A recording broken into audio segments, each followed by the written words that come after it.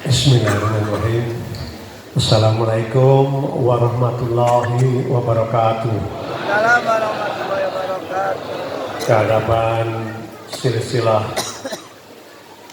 Qadiriyah Naqsabandiyah, terutama kepada maha guru kita, profesornya, para profesor, Pangasa Abah Aus, Al-Fatihah.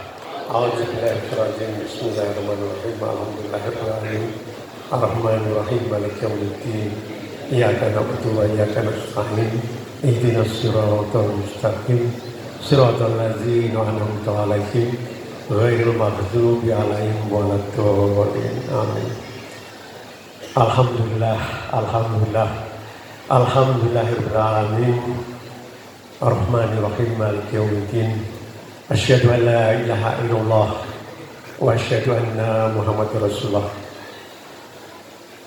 Allahumma sholli ala nabiyil hasyimi Muhammadin wa ala alihi wasallam taslima.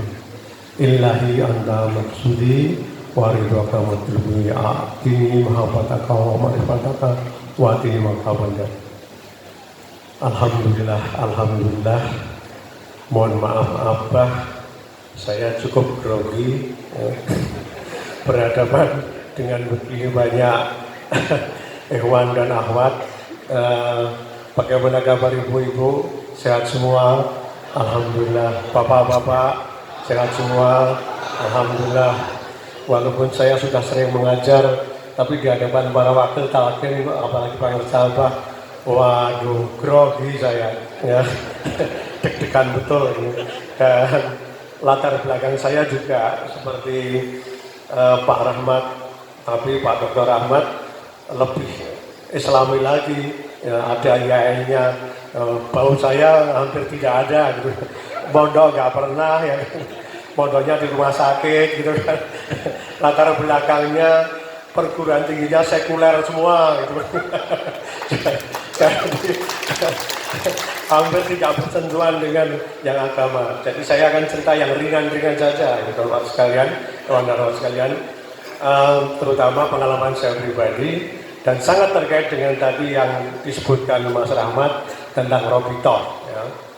Jadi begini ceritanya, saya mendapat email dari seorang profesor di Austria yang mengajak untuk penelitian mengenai dampak dari pengajaran agama di kalangan siswa SMU terhadap pemahaman tentang demokrasi. Wah, batin saya, hebat sekali penelitian Profesor Austria ini. Ya. Dia ingin membalukan pada bandingan antara Austria dengan Indonesia. Austria ini sebuah negeri yang di Eropa sana, bukan Australia ya, Austria. Ini ke arah utara Italia yang dulu mungkin ikut Abah ke Eropa, ya kalau ke utara atau kalau dari Belanda ke timur itu akan sampai ke Austria. Nah, saya diminta untuk kerjasama dan kemudian saya diminta untuk juga ceramah di sana. Nah, singkat cerita kemudian saya iakan keinginannya untuk kerjasama penelitian dengan saya dan kemudian saya alhamdulillah bisa berangkat ke Austria bersama istri. Tapi sebelumnya saya telepon sama Bu Naya, saya ini mau berangkat tapi nggak sempat menengok ke tempat Abah gitu. Mau pamit saya. Oh nanti saya pamitkan gitu Pak. Bu Naya begitu. Bu Naya yang mengelola online, ya, manajemen online. Nah, kemudian pada hari berikutnya, udah kayak kalau saya sudah di tempat Abah. Gitu. Oke kalau gitu, ya, saya ngobrol sebentar sama Abah. Gitu. Nah, halo Abah. Gitu. Terus kemudian yang Abah saya mau ke Austria, mohon doa restu. Gitu. Nah karena saya tidak bisa lama-lama, mohon doa restunya. Ya, doanya bagaimana? Ya, nanti supaya saya bisa lancar. Kata-kata Abah yang saya ingat betul hanya satu. Banyak-banyak baca Bani Hashim. Oh ini sebenarnya. Nah, beberapa waktu yang lalu kan kita dapat maklumat ya toh dari Abah, ya kan, supaya ikhwan dan akhwat siapapun yang sedang kesulitan membaca banyak-banyak Bani Hashim 1681. Ya. Saya jadi ingat kisah saya yang saya alami. Jadi begini, begitu tiba di Austria, saya jalan-jalan sebentar, ya kan, biasa untuk melihat kota yang dulu pernah saya kunjungi, gitu kan. Nah, kemudian setelah 2 hari di sana, pas pulang ke hotel, paspor saya hilang. Paspor saya hilang. Waduh, saya sudah begini aja. Ya, saya bisa bayangkan ini kalau saya ditangkap polisi, langsung dideportasi saya, gitu kan. Terus saya telepon teman di Indonesia, salah satu teman Indonesia yang ada di Austria. Mas, gimana ini mas? Paspor saya nggak ada. Coba cari pak. Cara lagi. Sudah, kamar nggak ada, saya bongkar semuanya. Ke depan hotel nggak ada. Kemudian ke beberapa tempat di lobi hotel nggak ada. Kosong semuanya. Saya tanya petugasnya, kalian lihat paspornya nggak? Paspor apa? Paspor Indonesia gini? Nggak, tapi nggak ada yang lihat. Lemes saya, lemes betul ketika itu. Diam saja dulu. Saya tanya, mas, bagaimana prosesnya kalau paspor hilang? Pertama, bapak harus lapor ke kantor polisi Austria, ya kan? Waduh, bahasanya bahasa Jerman lagi kan, itu nggak begitu menguasai saya. Waduh, udah stres juga itu. Kemudian setelah itu harus ke kedutaan. Ya, ke kedutaan, nanti lapor ke kedutaan, kemudian lapor di sana, nanti kedutaan akan memberi paspor, surat keterangan, hanya berlaku untuk 1 hari. So, harus segera pulang, ya. Kalau enggak dideportasi, gitu. Masuk blacklist, gitu kan. Lemes saya. Tapi ingat pesan apa? Banyak-banyak Bani Hashim, ya. Batin saya, berapa kali banyaknya ya. Karena Abah nggak menyebut sekian kali, tidak seperti di WA itu kan ada 1600. Ini nggak ada, saya hanya mikir-mikir gimana 111 nggak banyak, itu sedikit itu. Kalau gitu 111 kali kan 10 kali atau 11 kali. Nah, itulah angka yang saya dapat. 111. Malamnya saya wirid gitu. Bang Hashim sambil bayangkan tadi, kata Mas Rahmat, ya, saya kalau membayangkan Abah itu, Abah duduk di singgasana itu, ya, dengan merah putihnya, dengan jubahnya yang sangat bagus. Itu yang selalu saya ingat. Ya. Saya bayangkan Abah begitu. Saya zikir. Malam sebelum tidur. Ya, atau kemudian bangun tahajud, setelah itu saya zikir lagi. Hari pertama saya turun hotel nggak ada masalah, nggak ada reaksi apa-apa. Saya sudah makin deg-degan saja kan, wah ini gimana gitu kan. Kita tahu sendiri kan, kalau kita nggak punya KTP nanti berhadapan dengan polisi itu serba ketakutan gitu. Sama di Austria juga begitu. Ya, kalau kita jalan itu, wah ada polisi, jangan-jangan dia meriksa saya. Wah itu udah begini ya. Malam kedua saya zikir lagi. Malam ketiga saya turun dari kamar. Petugas hotelnya, "Sir, this is your passport." Alhamdulillah. Aduh, leganya Abah. Terima kasih sekali Abah. Aduh, di situ saya merasakan betul-betul. Ya, baca Bani Hashim, Robitoh, ya, paspor kembali. Nggak tahu lewat mana, gitu. Nggak tahu apa, nggak tahu lewat mana. Kata, dari mana kamu dapat? Kata yang nemu di depan hotel. Nah, saya lewat hotel ini berkali-kali nggak ada kok. Jadi saya bingung gimana ini kan? Aduh, luar biasa. Hari itu Abah, ya, saya kemudian, ya mungkin dia terlambat. Hari itu langsung saya jalan keliling tram, ya, keliling naik tram di Wina itu. Ya, itu seneng-seneng aja karena dapat paspor. Gitu. nongkrong di kafe sama istri. Wah, ajaib bener ini.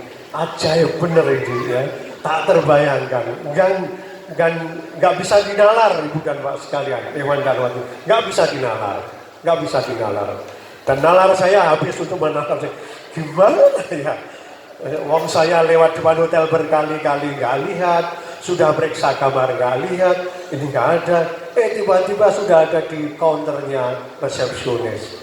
Aduh, alhamdulillah, terima kasih Abah.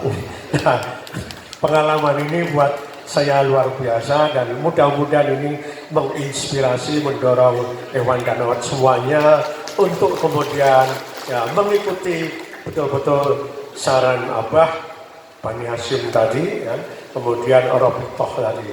Saya merasakan betul-betul dampaknya dan terus terang kami berdua, saya dan istri sampai sekarang tidak habis pikir bagaimana itu bisa kembali. Wah, itu nggak usah dipikir, pikiran kita nggak nyampe gitu.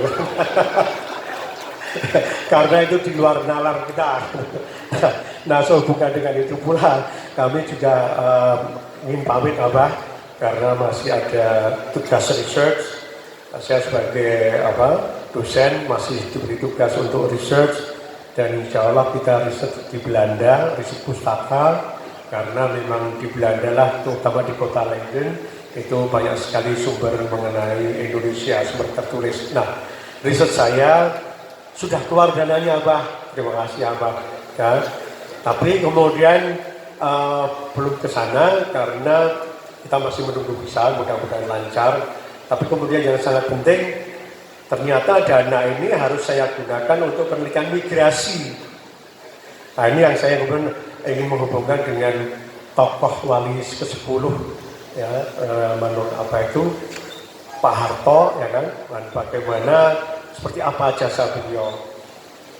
Kalau yang sudah kita lihat ya kan, jasa wali 10 ini dengan mendirikan masjid ya itu sudah jelas. Tapi kemudian saya merasa aneh, saya ini jarang sekali penelitian transmigrasi atau migrasi, tapi kok dananya dana penelitian migrasi gitu kan.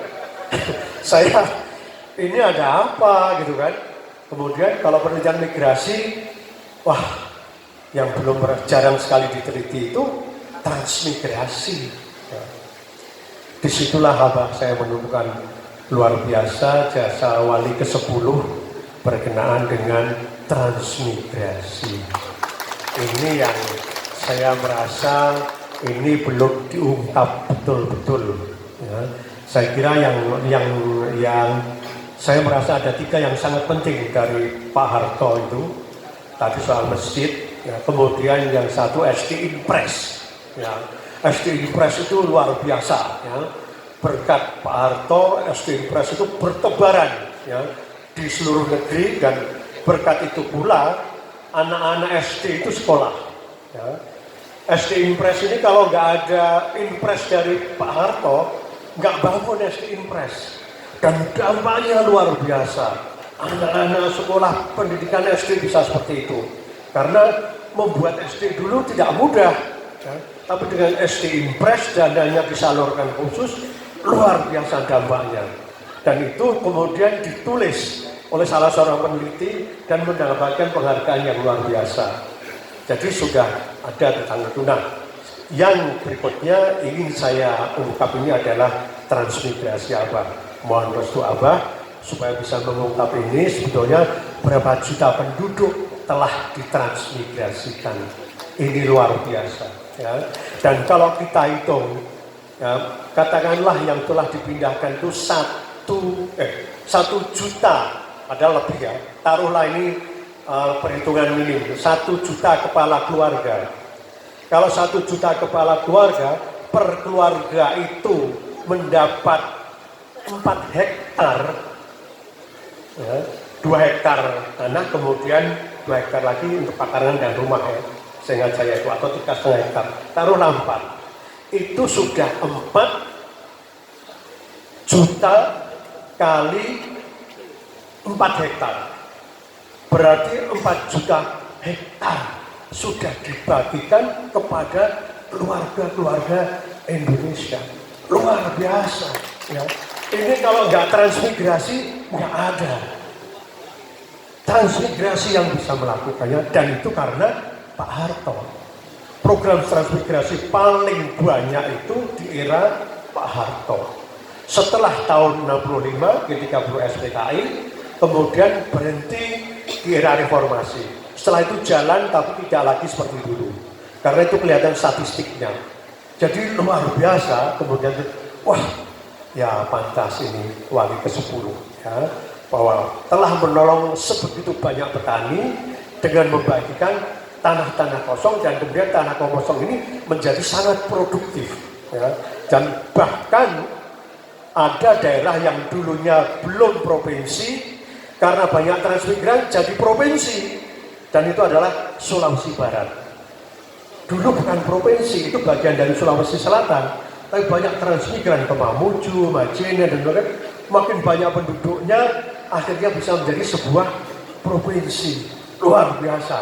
Ini prestasi yang menurut saya sulit dicapai presiden lain ataupun ikhwan yang lain di antara kita. Saya kira tak tergantikan memang.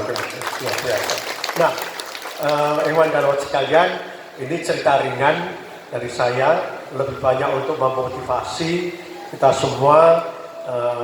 Robitoh pada Abah, Pani Hashim jangan lupa ya, tidak harus kemudian kalau kita dapat kesulitan saja, walaupun itu baik juga, seperti saya kan gitu kan.